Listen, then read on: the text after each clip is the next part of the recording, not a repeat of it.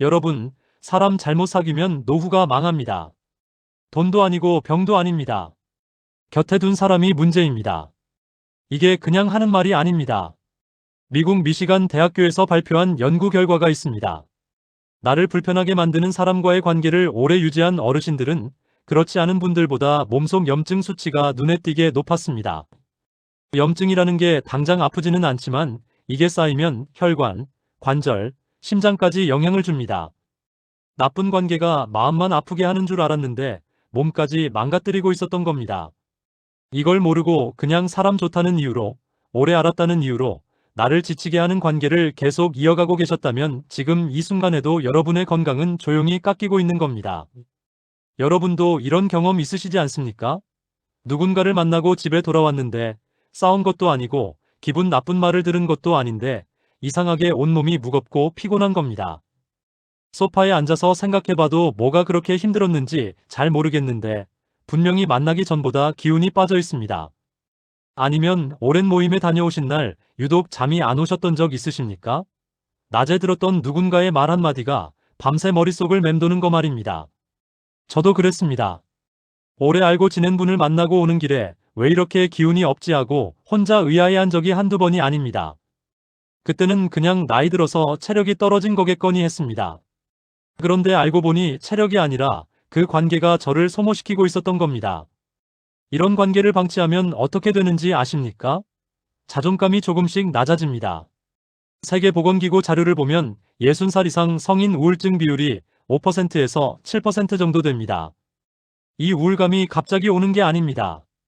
나를 무겁게 하는 관계 속에서 자존감이 한꺼풀씩 벗겨지면서 시작되는 겁니다. 그렇게 되면 밤잠도 줄고 입맛도 떨어지고 세상이 점점 재미없어집니다. 그런데 이건 여러분 잘못이 아닙니다. 우리 세대가 배운 것은 관계를 끊는 법이 아니라 참는 법이었으니까요. 의리를 지켜야지, 사람 사이에 정이 있는데 어떻게 끊어, 이렇게 살아온 겁니다. 그래서 마음이 불편해도 참고 지쳐도 웃으면서 만나온 거 아닙니까? 저도 마찬가지였습니다. 그래서 이 이야기를 드리는 겁니다. 오늘 이 영상에 제가 직접 겪고 깨달은 것들, 그리고 실제 연구 결과에서 나온 답을 정리해 두었습니다. 끝까지 들으시면 절대 손해보지 않으실 겁니다. 혹시 지금 이 이야기가 나한테 필요하다고 느끼셨다면 다음에도 이런 이야기 놓치지 않도록 구독 한번 눌러주십시오. 같은 고민을 가진 분들끼리 함께하면 훨씬 힘이 됩니다. 자, 그러면 본격적으로 이야기해 보겠습니다. 먼저 우리를 지치게 하는 관계가 무엇인지 정확히 알아야 합니다. 저는 이것을 관계 콜레스테롤이라고 부르고 싶습니다. 콜레스테롤이라는 게 뭡니까? 나쁜 기름이 혈관벽에 조금씩 쌓이는 겁니다. 오늘 튀김 하나 먹었다고 내일 쓰러지지는 않습니다. 그런데 몇 년, 10년 쌓이면 어느 날 갑자기 문제가 터집니다. 사람 관계도 똑같습니다. 만날 때마다 기분이 살짝 가라앉는 사람, 왠지 기운이 빠지는 모임, 돌아오는 길에 한숨이 나오는 약속. 하나하나는 별것 아닌 것 같지만 이게 마음속에 차곡차곡 쌓입니다. 눈에 보이지 않고 수치로 재지도 못하지만 분명히 우리 안에 쌓이고 있는 겁니다. 그래서 건강검진은 1년에 한 번 꼬박꼬박 받으시면서 관계검진은 왜 한 번도 안 해보셨습니까? 오늘이 바로 그 시작입니다. 구체적으로 어떤 관계가 우리를 지치게 만드는지 3가지 패턴을 말씀드리겠습니다. 첫 번째, 은근히 비교하는 사람입니다. 이런 분들은 대놓고 나쁜 말을 하지 않습니다. 오히려 관심 있는 척 이야기합니다. 그 집 큰아들은 벌써 부장이래. 며느리가 참 알뜰하다더라. 요즘 그 동네 집값이 많이 올랐다면서. 직접 나를 깎아내리는 말은 한마디도 안 했는데 듣고 나면 왠지 내 삶이 초라해지는 느낌이 듭니다. 혹시 이런 느낌 받아보신 적 있으십니까? 한두 번이면 괜찮습니다. 그런데 이게 반복되면 나도 모르게 자존감이 깎여나갑니다. 우울감이라는 것이 대단한 사건 때문에 오는 게 아닙니다. 이렇게 작은 비교의 말들이 쌓여서 오는 겁니다. 두 번째, 필요할 때만 나타나는 사람입니다. 평소에는 연락이 없습니다. 안부 한 통 없고 명절 인사도 없습니다. 그러다가 어느 날 갑자기 전화가 옵니다. 목소리는 밝고 반갑습니다. 요즘 어떻게 지내세요? 건강하시죠? 그런데 몇 분 지나면 슬슬 본론이 나옵니다. 아는 분 좀 소개해달라. 이런 거 좀 알려달라. 한두 번은 괜찮습니다. 사는 게 서로 돕는 거니까요. 그런데 이게 반복되면 어떤 느낌이 드는지 아십니까? 나는 이 사람에게 사람이 아니라 쓸모라는 느낌이 듭니다. 나라는 존재가 아니라 내가 해줄 수 있는 것만 의미가 있구나 하는 씁쓸함입니다. 세 번째, 과거를 무기처럼 꺼내는 사람입니다. 수십 년 전 일을 만날 때마다 끄집어냅니다. 그때 네가 그랬잖아. 그 일만 아니었으면 내가 이렇게 안 됐을 텐데. 이미 지나간 일, 되돌릴 수 없는 일을 반복적으로 꺼내서 상대방 마음을 찌르는 겁니다.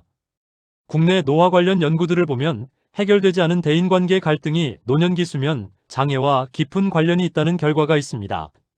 낮에 들었던 그 말 한마디가 밤새 머릿속에서 안 떠나는 겁니다. 여러분, 이 세 가지 중에 떠오르는 얼굴이 있으십니까? 있으시다면 그 관계를 한번 가만히 들여다보실 필요가 있습니다. 자, 여기까지 들으면 좀 무거운 마음이 드실 수 있습니다. 그래서 이번에는 반대 이야기를 하겠습니다. 곁에 있으면 오히려 힘이 되는 사람, 그런 관계의 특징입니다. 미국 하버드 대학교에서 무려 75년 동안 사람들의 삶을 추적한 아주 유명한 연구가 있습니다. 쉽게 말해서 어떤 사람이 건강하고 행복하게 오래 사는지를 평생에 걸쳐 지켜본 겁니다. 결론이 뭐였는지 아십니까? 돈 많은 사람도 아니고 사회적 지위가 높은 사람도 아니었습니다. 좋은 인간관계를 가진 사람이 가장 건강하고 행복했습니다. 그러면 좋은 관계란 구체적으로 어떤 겁니까? 첫째, 만나고 나면 마음이 가벼워지는 사람입니다. 대단한 이야기를 나누지 않아도 됩니다. 차 한 잔 마시고 돌아왔는데 기분이 좋다면 그 사람은 좋은 사람입니다. 둘째, 내 말을 끝까지 들어주는 사람입니다. 중간에 자르지 않고 내 이야기가 끝날 때까지 기다려주는 사람. 이 나이에 그런 사람이 얼마나 귀한지 모릅니다. 셋째, 아무 말 없이 함께 앉아 있어도 어색하지 않은 사람입니다. 침묵이 불편하지 않다는 건 서로의 존재 자체를 편안하게 받아들이고 있다는 뜻입니다. 주변에 이런 분이 한 명이라도 계시다면 여러분은 이미 참 큰 복을 가지고 계신 겁니다. 제가 아는 70대 초반의 두 분이 매일 아침 전화를 하십니다. 통화 시간은 길어야 10분입니다. 내용도 별것 없습니다. 오늘 아침에 뭐 드셨어요? 날씨가 좀 춥네요. 오후에 산책 나가실 거예요. 이게 전부입니다.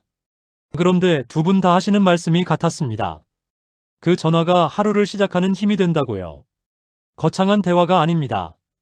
나를 기억하고 있는 사람이 있다는 것, 내 하루를 궁금해하는 사람이 있다는 것. 그게 이 나이의 가장 큰 위로입니다. 자, 이제 정리해 보겠습니다. 나를 지치게 하는 관계가 뭔지도 알았고, 곁에 둬야 할 사람의 특징도 알았습니다. 그러면 오늘부터 당장 뭘 하면 되는지 5가지로 말씀드리겠습니다. 첫째, 종이 한 장을 꺼내서 최근 한 달 동안 만난 사람들을 쭉 적어 보십시오. 그리고 그 이름 옆에 만나고 나서 기분이 좋았으면 동그라미, 보통이었으면 세모, 기분이 가라앉았으면 가위표를 그려보십시오. 이게 바로 관계 검진입니다. 별것 아닌 것 같지만 눈으로 보면 생각보다 명확해집니다. 둘째, 가위표가 많은 사람부터 만남의 횟수를 줄이십시오. 절교하라는 게 아닙니다.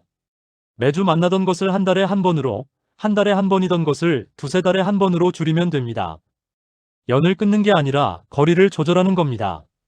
셋째, 동그라미가 많은 사람에게 먼저 연락하십시오. 요즘 어떻게 지내세요? 이 한마디면 충분합니다. 먼저 손을 내미는 것은 스스로를 낮추는 게 아니라 관계를 소중히 여기는 겁니다. 넷째, 혼자만의 시간을 두려워하지 마십시오. 나를 지치게 하는 사람과 억지로 함께 있는 것보다 편안한 마음으로 혼자 산책하는 것이 훨씬 건강합니다. 좋은 혼자만의 시간은 나쁜 관계보다 언제나 낫습니다. 다섯째, 한 달 뒤에 다시 점검하십시오.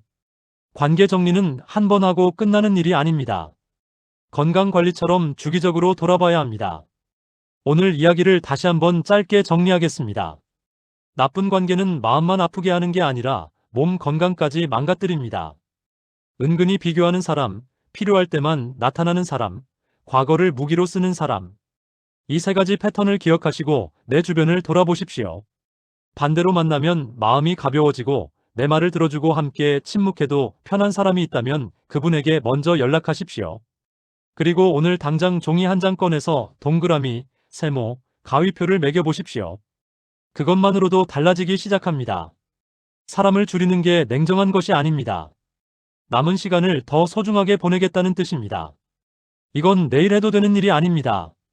관계 콜레스테롤은 오늘도 쌓이고 있으니까요.